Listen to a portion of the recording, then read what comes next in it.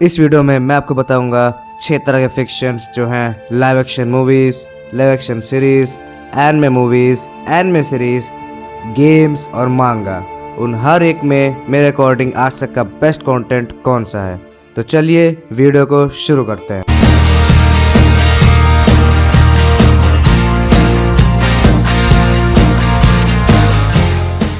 इस वीडियो का कोई भी पार्ट स्किप मत करिएगा क्योंकि ये वीडियो शुरू से लेकर एंड तक greatest masterpiece contents ever made से भरी हुई है। तो सबसे पहले बात करते हैं बेस्ट लाइव एक्शन मूवीज की, जो है नन अदर देन मिडल अर्थ यूनिवर्स। इस यूनिवर्स में हॉबिट और लॉर्ड ऑफ द रिंग्स की मूवीज आती हैं, जिनके पास आज तक सबसे ज़्यादा ऑस्कर जीतने का रिकॉर्ड है। मिडल अर्थ एक ऐसी फैंटेसी दुनिया है जो सिर्फ किंगडम्स और बैटल्स तक सीमित नहीं है। इसकी हिस्ट्री हजारों सालों तक फैली हुई है, जहां हर रीजन, रेस और कल्चर की अपनी अलग कहानी और पहचान है। इसी वास्ट वर्ल्ड में इंसानों के साथ एल्व्स, ड्वार्फ्स, हॉबिट्स और कई दूसरी रेसेस भी रहती हैं, और उनके बीच के रिलेशनशिप्स ही इस दुनिया के पॉलिटिकल और कल्चरल लैंडस्केप को शेप करते हैं। लेकिन मिडल अर्थ की असली खासियत सिर्फ उनके कैरेक्टर्स नहीं, बल्कि उसका डीप मैथोलॉजी और एंशिएंट लोर है, जहां पुरानी लेजेंड्स और फॉरगॉटन हिस्ट्रीज आज की दुनिया पर भी असर डालती हैं। और इसी वजह से हर जर्नी, हर कॉन्फ्लिक्ट और हर डिस्कवरी एक बड़े पिक्चर का हिस्सा लगती है, जहां करेज, फ्रेंडशिप, सेक्रीफाइस और होप जैसे थीम्स पूरी दुनिया को एक साथ जोड़ कर रखते हैं। तो अब बात करते हैं बेस्ट लाइव एक्शन सीरीज की, जो है none other than Game of Thrones. हाँ, मेरे को पता है कि आप सोच रहे हैं इसकी एंडिंग तो खराब थी।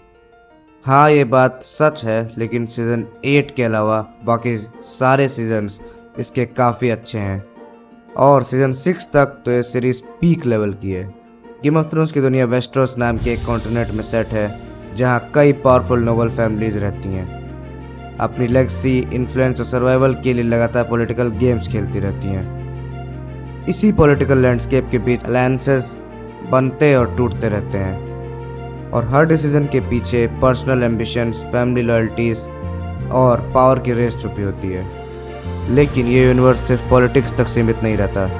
जैसे जैसे कहानी एक्सपेंड होती है, पुरानी लेजेंड्स, मिस्टीरियस फोर्सेस और दुनिया के बाहर छुपे खतरे भी धीरे धीरे सामने आने लगते हैं। और इसी वजह से गेम ऑफ थ्रोन्स अपने वर्ल्ड बिल्डिंग के लिए जाना जाता है, क्योंकि यहाँ हर रीजन, हर कल्चर और हर कैरेक्टर की अपनी इंपॉर्टेंस है, जिससे पूरी दुनिया एक लिविंग, ब्रीदिंग वर्ल्ड की तरह फील होती है। और अगर आपको फिर भी गेम ऑफ थ्रोन्स नहीं देखनी है, तो आप देख सकते हैं लॉस्ट। लॉस्ट की कहानी एक प्लेन क्रैश के बाद शुरू होती है, जब कुछ सर्वाइवर्स खुद को एक आइसोलेटेड आइलैंड पर पाते हैं, जहाँ पहली नज़र में सर्वाइवल ही उनकी सबसे बड़ी चैलेंज लगती है। लेकिन जैसे जैसे वो आइलैंड को एक्सप्लोर करते हैं, उन्हें एहसास होता है कि ये जगह उतनी सिंपल नहीं है जितनी दिखती है, और इसके अंदर कई अनएक्सप्लेन्ड मिस्ट्रीज और स्ट्रेंज फेनोमेना छुपे हुए हैं। इसी के साथ कहानी हर कैरेक्टर के पास्ट, उनकी पर्सनल स्ट्रगल्स और उन डिसीजंस को भी एक्सप्लोर करती है, जिन्होंने उन्हें इस पॉइंट तक पहुंचाया, जिससे सर्वाइवल की स्टोरी और ज़्यादा इमोशनल और लेयर्ड बन जाती है। और यही लॉस्ट को अलग बनाता है, क्योंकि ये सिर्फ एक आइलैंड मिस्ट्री नहीं रहता, ये डेस्टिनी, ह्यूमन कनेक्शंस और अननोन के सामने इंसान की क्यूरियोसिटी को एक्सप्लोर करने वाली एक बड़ी जर्नी बन जाता है। तो अब बात करते हैं greatest game of all time की, जो है रेड डेड रिडेम्पशन 2। RDR 2 की दुनिया 1899 अमेरिका में सेट है, एक ऐसा वक्त जब वाइल्ड वेस्ट का एरा धीरे धीरे ख़त्म हो रहा था और मॉडर्न सिविलाइजेशन पुराने तरीकों की जगह लेने लगी थी।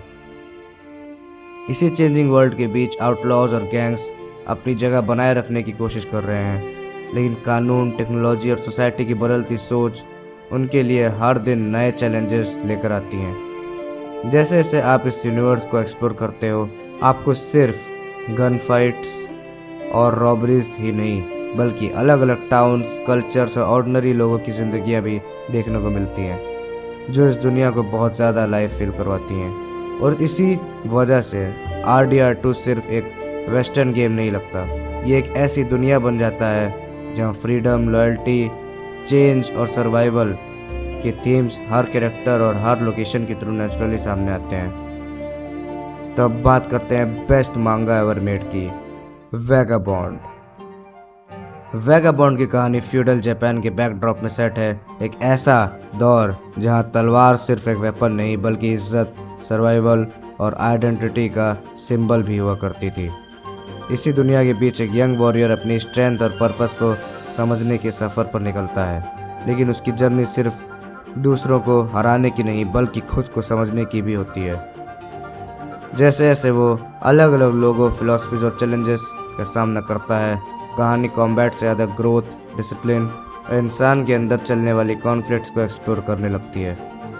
और यही वैगाबॉन्ड को खास बनाता है, क्योंकि ये सिर्फ शॉर्ट फाइट्स की कहानी नहीं बल्कि सेल्फ डिस्कवरी, एम्बिशन और सच में स्ट्रांग होने का मतलब क्या है, इस सवाल के अराउंड घूमती हुई एक गहरी जर्नी है। तो अब बारी है best anime movie ever made की, जो है Grave of the Fireflies. Grave of the Fireflies हमें वर्ल्ड वॉर 2 के दौरान जापान का एक बहुत ही रियलिस्टिक और इमोशनल पर्सपेक्टिव दिखाती है, जहां वॉर सिर्फ बैटलफील्ड पर नहीं बल्कि आम लोगों की रोज़मर्रा की ज़िंदगी पर भी अपना असर छोड़ रही है। इसी बैकड्रॉप के बीच कहानी 2 सिबलिंग्स के अराउंड घूमती है, जो बदलते हालात और मुश्किलों के सामने एक दूसरे का सहारा बनने की कोशिश करते हैं। जैसे जैसे उनकी जर्नी आगे बढ़ती है, फिल्म वॉर की ग्रैंड स्केल से ज़्यादा उसके ह्यूमन इम्पैक्ट पर फोकस करती है, दिखाते हुए कि कॉन्फ्लिक्ट का सबसे बड़ा बोझ अक्सर उन लोगों को उठाना पड़ता है जिनका उससे कोई लेना देना नहीं होता। और यही वजह है कि ग्रेव ऑफ द फायरफ्लाइज सिर्फ एक वॉर मूवी नहीं लगती, ये फैमिली, सर्वाइवल और इंसानी जज्बात की ऐसी कहानी बन जाती है जो क्रेडिट्स खत्म होने के बाद भी काफ़ी देर तक याद रहती है। और बहुत ज़्यादा चांसेस है आप इस मूवी को दूसरी बार नहीं देख पाएंगे। तो अब वीडियो के एंड में है greatest anime of all time, attack on Titan. Attack on Titan की दुनिया एक ऐसी सिविलाइजेशन को दिखाती है जो कई सालों से जायंट वॉल्स के अंदर रह रही है, जहां लोगों के लिए दीवारों के बाहर की दुनिया लगभग एक मिस्ट्री बन चुकी है। इसी कन्फाइंड लाइफ के बीच हर इंसान सर्वाइवल को सबसे बड़ी प्रायोरिटी मानता है और मिलिट्री फोर्सेस का पूरा एग्जिस्टेंस उन खतरों से बचने के लिए बना है जो दीवारों के बाहर मौजूद हैं। लेकिन कहानी जैसे जैसे आगे बढ़ती है, फोकस सिर्फ सर्वाइवल पर नहीं रहता, दुनिया की हिडन ट्रूथ, हिस्ट्री और फ्रीडम की मीनिंग को लेकर नए सवाल खड़े होने लगते हैं। और यही चीज़ अटैक ऑन टाइटन को खास बनाती है, क्योंकि इस यूनिवर्स में हर डिस्कवरी पुरानी बिलीव्स को चैलेंज करती है और धीरे धीरे एक सिंपल सर्वाइवल स्टोरी को पॉलिटिकल, फिलोसफिकल और इमोशनल स्केल पर बहुत ज़्यादा बड़ा बना देती है। आपको ये वीडियो कैसे लगी कमेंट्स में बताइएगा, कोई फीडबैक हो तो भी बताइएगा। इस चैनल पे आपको ऐसे ही हर तरह के फिक्शन के बेस्ट कंटेंट, फैक्ट्स और इन्फॉर्मेशन के बारे में जानने को मिलेगा, क्योंकि ये इंडिया का पहला और शायद दुनिया का भी पहला चैनल है जिसमें आपको हर तरह के एंटरटेनमेंट चैनल या फिक्शन से रिलेटेड बेस्ट कंटेंट मिलेगा। तो सब्सक्राइब करना मत भूलिएगा। मिलते हैं अगले वीडियो में।